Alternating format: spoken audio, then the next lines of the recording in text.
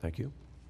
Governor George Pataki served as the 53rd governor of the state of New York from 1995 to 2006. As you get seated, Governor, this question comes from the Live Free or Die Alliance here in New Hampshire. What federal government agencies do you think should be eliminated? Well, let me start very briefly by saying we should get rid of Obamacare. We should get rid of Common Core. And we should reduce the size of the federal workforce by at least 15%. Now, people are going to say, how can you do that? I was governor in New York 3 terms. I had an overwhelmingly Democratic state legislature. I was able to get changes like that through. I reduced the size of the New York state workforce by over 15%. We reformed entitlements, cut the growth in Medicaid. We changed the welfare system. When I left, we had over 1 million fewer people on welfare than when I took office.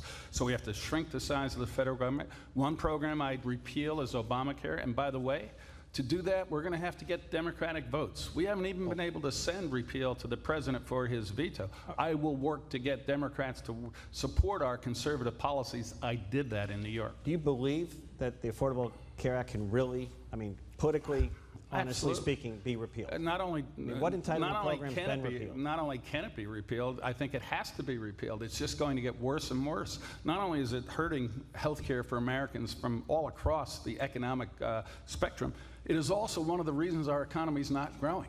I can't tell you the number of employers I know who said we're going to keep our workforce down below 50, so we're out from under Obamacare. There are millions and millions of Americans working 28 or 29 hours a week because Obamacare would kick in if they worked 30. We have to put in place an alternative. And what I would do is sit down with enough Democrats, as I did in New York, to have an alternative that allows us to repeal it and replace it with a system that actually empowers the patient. One of our folks here in New Hampshire wants to know, what group do you think is treated most unfairly by the U.S. tax code? The veterans. I think not just by the tax code, but this is a country, and our freedom depends on those who put their lives on the line to defend it. And to have a health care system for our veterans that denies them service, where as many as 1/3 of those waiting in line for treatment have died before they even get there, and then an administration that lies about it is completely wrong. So we have to reform the health care system for our veterans. We also have to do more for their mental health. But on the tax code, the biggest single killer there is for manufacturing. I worked in a small town. I grew up in a small town, and I'm the only one, I think, who actually worked in a factory when I was going through college. My family all worked in a factory. They were great jobs. We have the highest tax on manufacturing in the world today. We have the worst regulatory climate for manufacturers today. We have to lower the tax burden. I would pass a law having our manufacturing rate the lowest in the world. That would allow our great workforce to compete and create jobs. And by the way, Jack, despite the bad federal policy on manufacturing, while I was governor, we were able to get over $20 billion in private sector investment in building computer chip factories in upstate New York. Great jobs.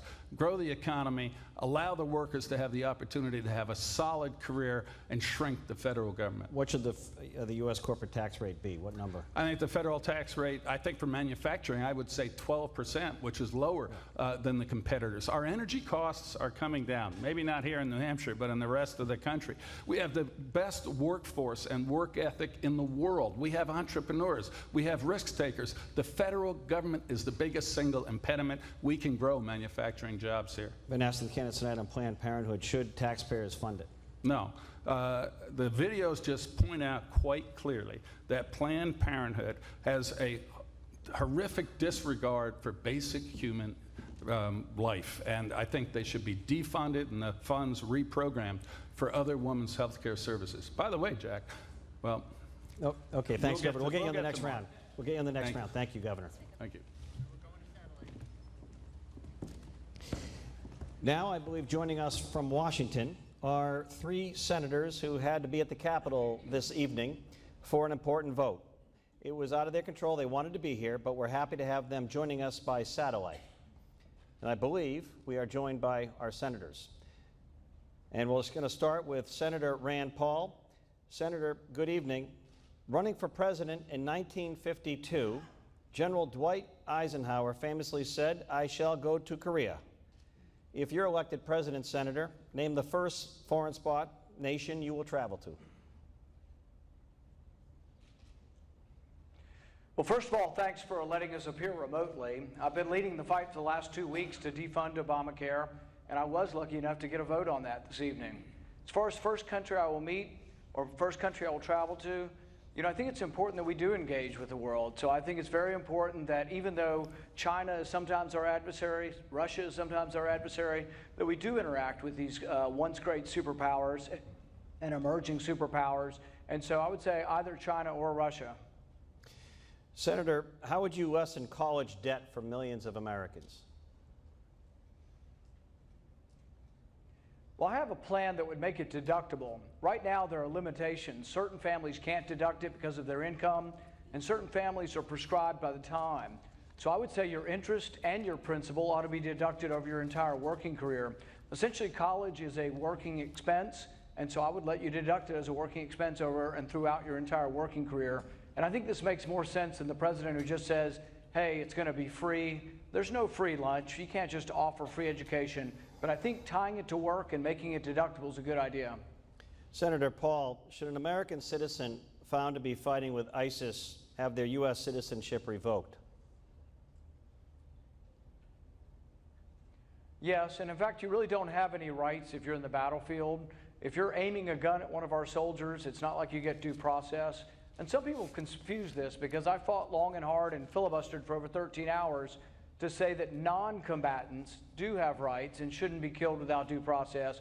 But those who are involved in combat really don't get due process and will be shot if they're fighting against America.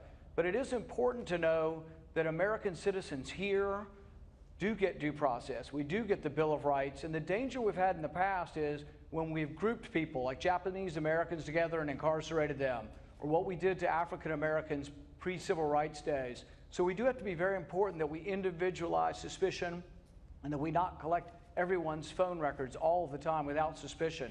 So I'm glad we've ended the president's illegal phone program, and I think this is a better protection of the Fourth Amendment and the right to privacy. And I am the one candidate who will do that. I'm the one candidate who has stood up to the president and say, no more, we're not going to let you collect our phone records indiscriminately with a generalized warrant.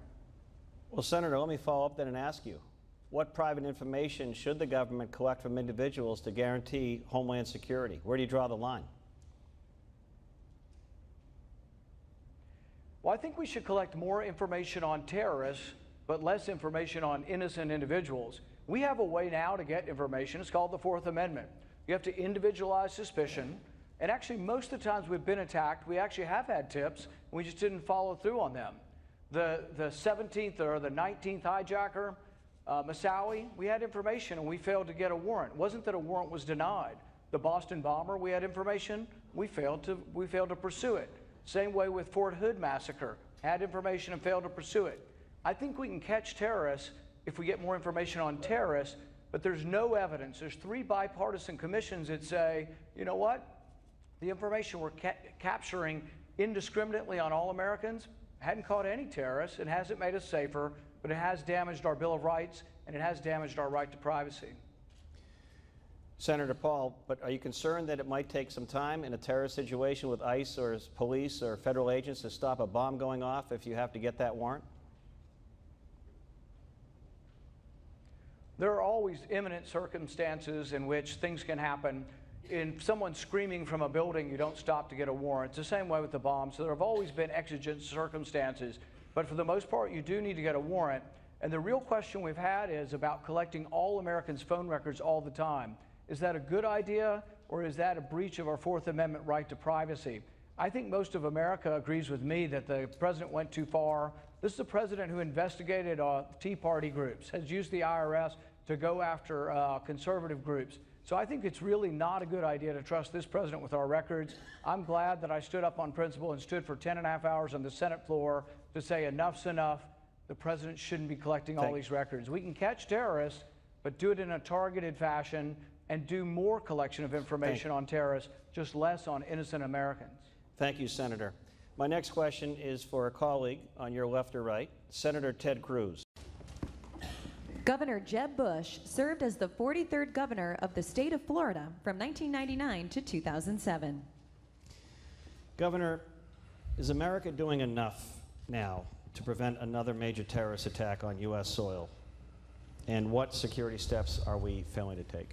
Well, I think we've let our guard down a little bit. It's typical. It happens when you have an attack on our country, like happened in 9/11. We united, we responded, we created, I think, a security apparatus that kept us safe. And over time now, concerns about civil liberties and other things have come into the forefront. And I think we need to reinvigorate this. I think Senator Graham is absolutely right. This is a war against Western civilization. These are barbarians. As ISIS stays totally in a caliphate, literally the size of Indiana, in two countries, doing nothing gives them the chance to be able to send tweets out, 100,000 a day apparently, to recruit people here in our own country. And so we have a security threat that is real, and that we need to do what we should be doing, which is a strategy to take them out. And protecting the homeland is the first duty of the President of the United States. Governor, President Obama recently referred to ISIS as the JV team. He did. I think arguably now we'd all agree they've graduated to a varsity threat. What would your plan be to defeat them? And if your generals told you that in a month or so, ground and air troops and special forces in Syria could significantly cut down ISIS strongholds, would you give the order? I would take the advice of the military very seriously. We need a strategy first. This president has, for two times, has admitted that we don't have a strategy as it relates to ISIS. It's pretty amazing. Yeah, I think we need special forces. The idea of boots on the ground, I'm not sure that's necessary, but special forces, embedding our troops and our trainers with the Syrian Free Army, training them at a much faster rate. We've spent $500 million to have 60 people ready to go. I mean, this is absurd. If this is a serious effort, then we need to treat it seriously. And so engaging in the world, creating alliances with our traditional Arab nations that see this threat directly, supporting it with air power and military power, and creating a strategy and sticking with it. The final thing I'd say is that there needs to be a political element of this as well. If the United States isn't trusted because no one has a sense that we're going to be around, then it's really hard to engage with the Turks, the Jordanians, the Emiratis, the Saudis. They're not going to make the commitment. Governor, you said to me behind stage when we met that you started today in California. Yeah. It's a big country, hard job running for president. You've been out of office for quite a while, and even your colleague Senator Rubio speaks highly of your time as Florida governor. What compelled you to run? I think we can grow our economy at 4% instead of this anemic 2%. You think we can get to 4% absolutely. GDP? Yeah, and the fact that Paul Krugman disagrees with me warms my heart. The fact is we can grow at that rate. It will require fixing a few really big complex things. The tax code, how we regulate, embracing the energy revolution with a North American strategy that will allow for high-wage jobs to be created in our own country, and fixing entitlements, along with moving from a broken legal immigration system to an economic driver. All those things could allow us to grow at a faster rate. It allows us to solve our entitlement challenges and many other things. And in order to grow at that rate, we also need a secure world. I think I have the leadership skills based on my record to do that. We cut taxes totaling $19 billion, reduced the state government workforce by 13,000, 11%.